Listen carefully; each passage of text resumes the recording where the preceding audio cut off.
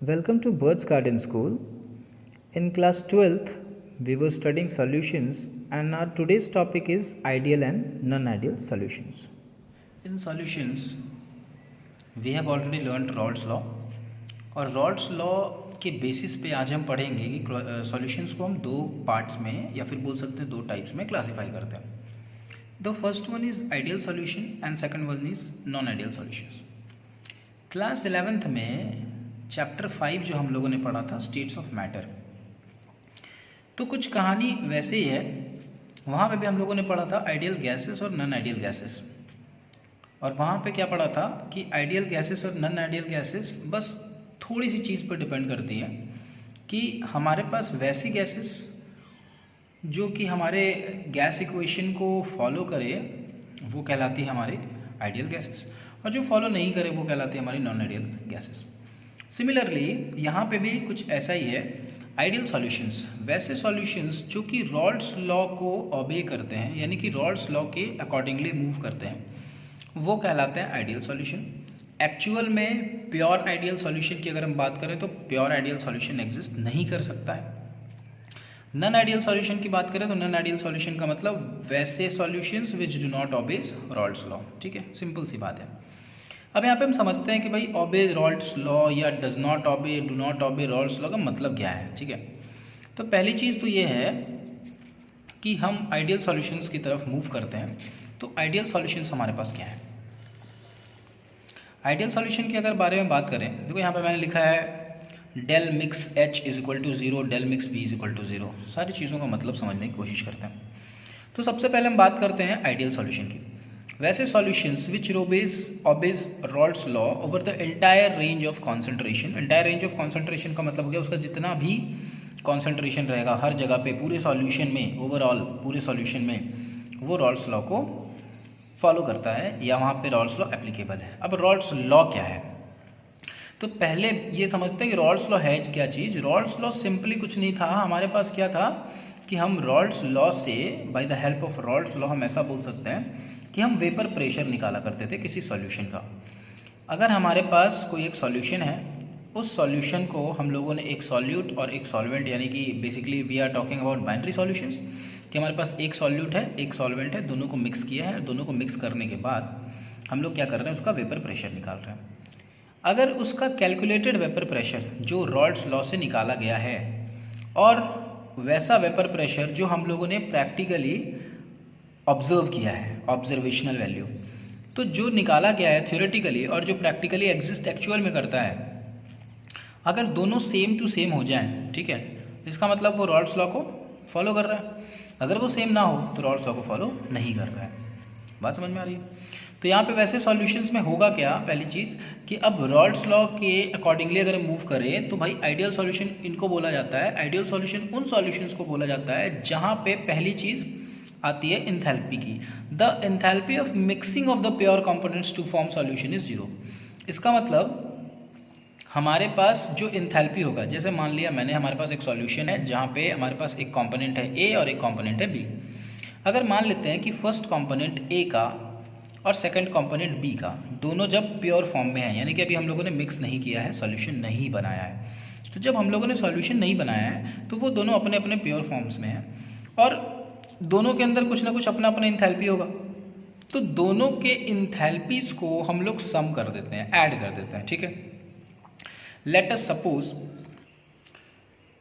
Suppose हमारे पास दो component है A और B. A का मान लेते हैं हमारे पास 100 किलो जूल और B का 205 किलो जूल का इंथैल्पी पहले से रहा होगा जब ये प्योर फॉर्म में होंगे. अब इन दोनों को हमने क्या करा है, मिक्स करा है. तो जब इन दोनों को हम लोगों ने मिक्स किया है तो भाई इसका टोटल इंथैल्पी की अगर हम बात करें तो टोटल इंथैल्पी कितना हो जाएगा, 205 plus 100 that is 305 kilo joule. ठीक है, अब यहाँ पे हमारे पास क्या हो गया, एक मिक्सचर बन गया AB. इसका अगर इंथैल्पी 305 किलो जूल रहा, समझ रहे हो, इसका मतलब before mixing and after mixing दोनों क्या है, सेम है. तो हम बोल सकते हैं कि इसके बीच में जो हमारे पास डिफरेंस आएगा मिक्स करने का इंथैल्पी का, ठीक है, इंथैल्पी को हम लोग H से डिनोट करते हैं, क्या हो जाएगा, 0. Final minus initial 0। इसका मतलब इसका मतलब जो हमारे पास सॉल्यूशन बना उस सॉल्यूशन में ना ही हीट इवॉल्व हुआ ना ही हीट एब्जॉर्ब हुआ, दोनों में से कुछ भी नहीं हुआ। तो इस तरह के सॉल्यूशंस क्या कहलाते हैं? आइडियल सॉल्यूशंस कहलाते हैं। बट एक्चुअल में ideal solutions, pure ideal solutions exist नहीं करते हैं। बट कुछ ऐसे सॉल्यूशंस होते हैं जो लगभग आइडियल हो सकते हैं। लगभग आइडियल सॉल्यूशन की हम बात करेंगे, प्योर आइडियल सॉल्यूशन का एग्जिस्टेंस होता ही नहीं है। मतलब जैसे हम लोगों ने बात करी कि भाई हमारे पास शुगर है या ग्लूकोज है, ठीक है, ग्लूकोज को मैंने पानी में डाला, क्या हुआ? पानी ठंडा हो गया। ठंडा हो गया इसका मतलब क्या हो गया? हीट रिलीज हो गया, ठीक है। ये तो कोई सॉल्यूशन गर्म हो गया, जैसे हम लोगों ने मान लो लेट सपोज कैल्शियम ऑक्साइड हमारे पास है, कैल्शियम ऑक्साइड को हमने वाटर में मिक्स किया, सॉल्यूशन जो है वो क्या हो गया? गर्म हो गया। इसका मतलब क्या है कि हमारे पास जो एनर्जी थी वो थोड़ी सी, इनफैक्ट बोल सकते हैं कि चेंज हो रही है। तो एनर्जी चेंज जो हो रहा है, ये इंथैल्पी चेंज जो हो रहा है वो होना कॉमन है। अगर इंथैल्पी चेंज नहीं होगा, दोनों का ऐड करेंगे और फाइनली हम मिक्स करके देखेंगे, अगर इन दोनों की इंथैल्पी सेम है तो फिर हम क्या बोलेंगे कि सॉल्यूशन जो है वो आइडियल सॉल्यूशन है। ये आइडियल सॉल्यूशन एक्चुअल में एग्जिस्टेंस इसका नहीं होता है, ठीक है। आ रही बात समझ में? तो उसी चीज़ को मैंने यहाँ पे समझाया है कि the enthalpy of mixing of the pure components, आगे बात समझ में, टू फॉर्म सॉल्यूशन इज 0, ठीक है। जो इंथैल्पी होता है मिक्स करने का, उसमें फिर हम क्या बोल सकते हैं कि मिक्स करने के बाद और मिक्स करने के पहले दोनों इंथैल्पीज़ को अगर हम देखें तो दोनों इंथैल्पीज़ में कोई तरह का चेंज नहीं होगा। तो डेल एच जो होगा मिक्स करने का, ठीक है, डेल एच जो होगा मिक्स करने का वो क्या हो जाएगा अपन का? 0। कितनी बात क्लियर है? इसका मतलब that means no heat is absorbed और evolve when the components are mixed. दूसरी बात करते हैं वॉल्यूम की। वॉल्यूम के बारे में क्या कहानी है ज़रा समझते हैं। तो वॉल्यूम के बारे में क्या बोला है कि volume of solution would be equal to the sum of the volumes of the two component. Simple सी बात कि हमारे पास वॉल्यूम भी चेंज नहीं होगा। मतलब मान लेते हैं कि हमारे पास एक ए है कंपोनेंट जो कि 100 ml है, एक बी कंपोनेंट है 200 ml है। दोनों को जब अपन ने मिक्स किया है तो 200 + 100 300 ml हुआ। सॉल्यूशन बनने के बाद भी ये 300 ml ही रहे, इसमें कोई तरह का चेंज नहीं हो। मतलब उसके अंदर ना हीट में चेंज हो, इंथैल्पी में चेंज हो, ना ही उसके अंदर वॉल्यूम में चेंज हो, जैसा था वैसा का वैसा रहे, तब जा करके हम सॉल्यूशन को आइडियल सॉल्यूशन बोलेंगे, ठीक है। अब यहाँ पे एक एग्जांपल से समझ के देखते हैं कि मान लेते हैं हमारे पास एक कंपोनेंट है ए और एक कंपोनेंट है बी। एक हमारे पास सॉल्यूट, एक हमारे पास सॉल्वेंट। अगर हमारे पास एक कंपोनेंट होगा ए तो उसके अंदर जो फोर्सेस होंगे, तो हमारे पास अगर ए है तो ए के अंदर बहुत सारे ए टाइप्स के सॉल्यूट होंगे, तो ए और ए के बीच में इंटरेक्शन रहेगा, ठीक है। तो मान लिया मैंने कि भाई हमारे पास एक लेट सपोज बेंजीन है। तो अगर बेंजीन का मॉलिक्यूल है तो बेंजीन का मॉलिक्यूल कि अगर हम बात करें कि 1 मोल मैंने बेंजीन ले लिया तो 1 मोल बेंजीन के अंदर तो बहुत सारे मॉलिक्यूल्स हैं। इसका मतलब वहाँ पे बेंजीन और बेंजीन में इंटरेक्शन हो रहा होगा, बेंजीन बेंजीन इंटरेक्शन। और दूसरा हमने एग्जांपल ले लिया टॉल्विन का, ठीक है। तो वहाँ पे क्या होगा? टॉल्विन और टॉल्विन के बीच में इंटरेक्शन होगा जब तक मिक्स ना हुआ हो तब तक। तो यहाँ पे ए टाइप का इंटरेक्शन, यहाँ पे बी टाइप का इंटरेक्शन। अब जब दोनों को अपन ने मिक्स कर दिया और दोनों को अपन ने मिक्स करके एक सॉल्यूशन बनाया तो कुछ ए टाइप के इंटरेक्शंस तो रहे, कुछ बी टाइप के इंटरेक्शन रहे, लेकिन अब बहुत सारे इंटरेक्शन कैसा हो गया? अब ए और बी मिक्स हो गया, यानी कि ए बी टाइप का इंटरेक्शन हो गया। Got it? तो if the intermolecular attractive forces between A, ठीक है, and B are nearly equal to those between A B, ठीक है। नियरली की हम बात करें, एग्जैक्टली तो हो नहीं सकता है, ठीक है, हम नियरली की बात करते हैं। तो अगर हमारे पास इंटरमॉलिक्यूलर फोर्सेस अट्रैक्शन के जो भी हैं ए के बीच में और बी के बीच में, तो ये दोनों को हम लोगों ने जोड़ दिया, समअप कर दिया।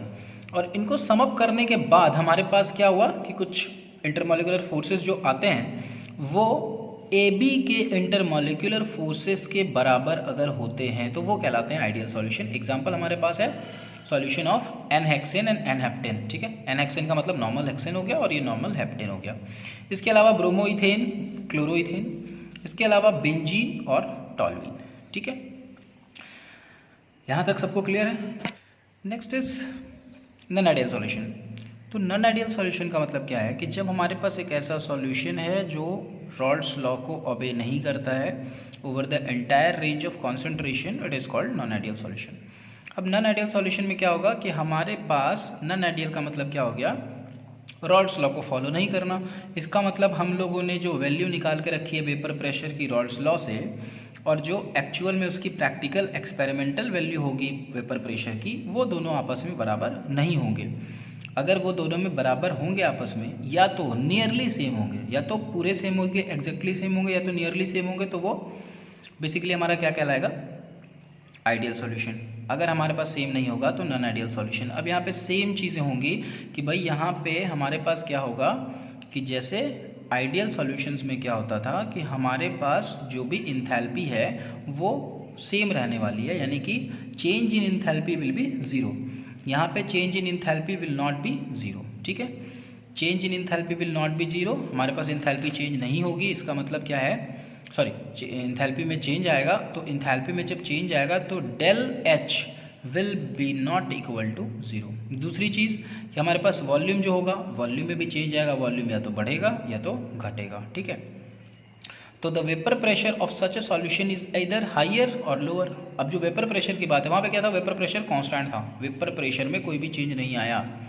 अगर वेपर प्रेशर में कोई भी चेंज नहीं आएगा तो क्या होगा, वेपर प्रेशर समझिए, वेपर्स के द्वारा जो प्रेशर लगता है, अगर हम वेपर प्रेशर को बढ़ा देंगे, वेपर प्रेशर अगर बहुत ज़्यादा हो जाएगा, ठीक है, तो प्रेशर ज़्यादा होने की वजह से उसमें चेंजेस आएंगे वॉल्यूम में। अगर प्रेशर कम होगा तो उसकी वजह से वॉल्यूम में चेंजेस आएंगे। अगर प्रेशर कांस्टेंट है तो कोई फ़र्क ही नहीं पड़ा, जैसा था वैसा का वैसा ही हमारे पास रह गया। तो हम बोलते हैं कि अगर हमारे पास वेपर प्रेशर बढ़ जाए, if the vapour pressure is higher, पहले से ज़्यादा, तो अगर वेपर प्रेशर हायर हो गया तो हमारे पास बोलेंगे कि ये जो सॉल्यूशन है दैट एग्जिबिट्स पॉजिटिव डेविएशन, इसके अंदर पॉजिटिव डेविएशन आता है। अगर घट जाएगा तो नेगेटिव डेविएशन आता है, दैट्स ऑल, ठीक है।